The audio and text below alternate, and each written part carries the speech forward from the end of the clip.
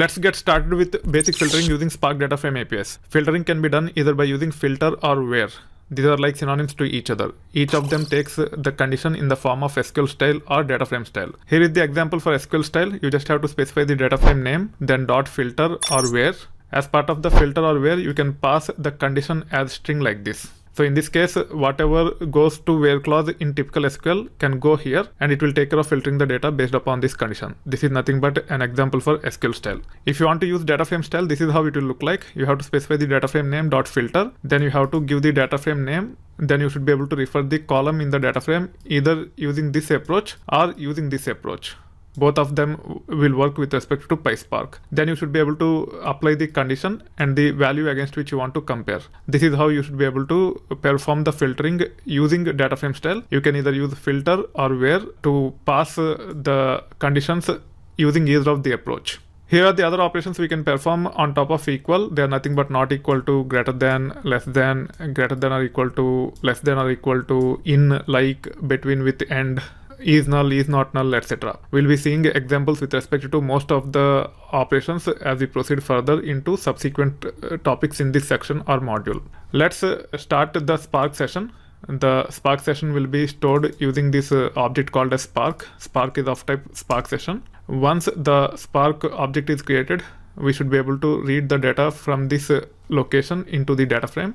Here I'm defining a variable by name airtraffic_path. It is of type string. This location contains Parquet files, and hence I'm using spark.read.parquet to actually pass the path and read the data from this path into the data frame by name airtraffic. Let's run these two code snippets. It will take care of creating the data frame by name airtraffic. We can see the count, and also we can preview the schema by using these two code snippets. We have 605,659 records in this data frame. You can see that we have all these columns as part of this data frame.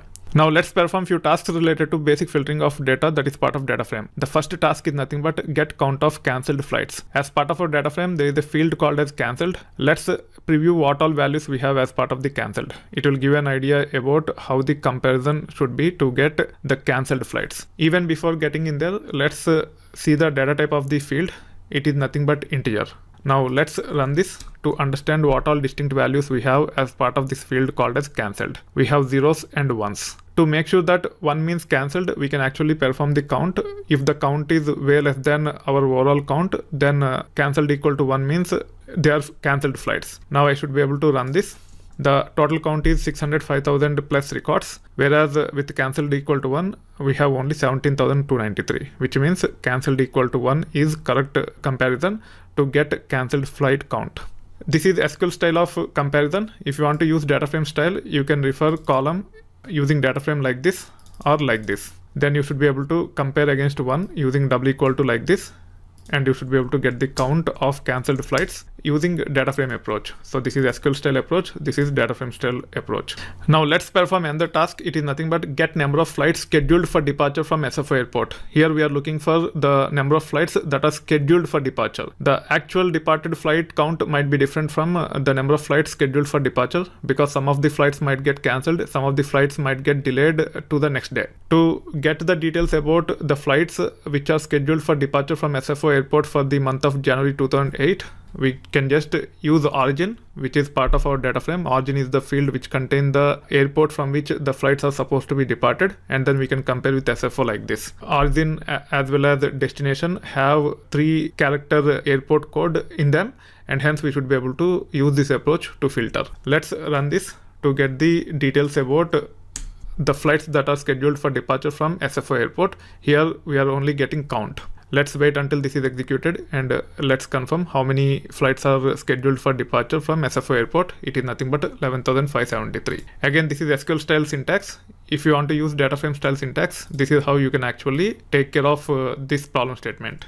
You can either say air traffic of origin like this or air traffic.origin like this, then double equal to compare and the value that is supposed to be compared with. Now let's run this, and you can see the count as 11,573. Even this one will give the count as 11,573. Let's go to the final task with respect to basic filtering of data. It is nothing but get number of flights that are departed from airport without any delay. If you look at the schema of air traffic, there are a bunch of columns which will give us the details about departure delay. The most obvious column is nothing but is departure delayed. However, we need to understand what all different values we have as part of is departure delayed. For that, we can run this piece of code. Here we are getting distinct values in is departure delayed. Let me run this. It have two values, yes and no. I am also confirming that no flights with is departure delayed no is set to cancelled. This will confirm that. In this case, I am filtering for is departure delayed equal to no. Then I'm actually selecting cancelled and getting the distinct values. As long as we have only 0 with respect to cancelled, that means no flights which are not delayed by departure is set to cancelled.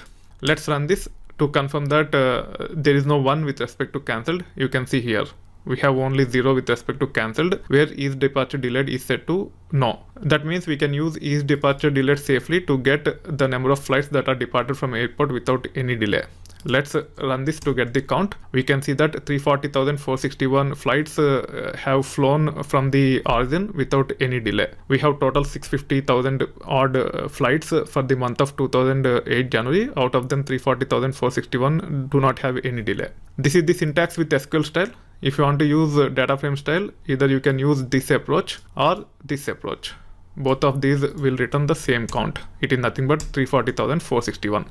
This is how you should be able to take care of basic filtering where we are using only equal operator. We will be seeing a few more examples as we proceed further into the subsequent topics. However, the primary focus is to run this either by using SQL style syntax or data frame style syntax. Make sure you are comfortable with both, because in some projects the architect might have decided to go with SQL style. In some other projects the architect might decided to go with data frame style. You should be adapting to that and you should follow the same standard that are set as part of the project. Make sure you are comfortable with both the approaches. That being said, as we have understood basic filtering, now let's get into a bit advanced filtering examples as part of the subsequent topics.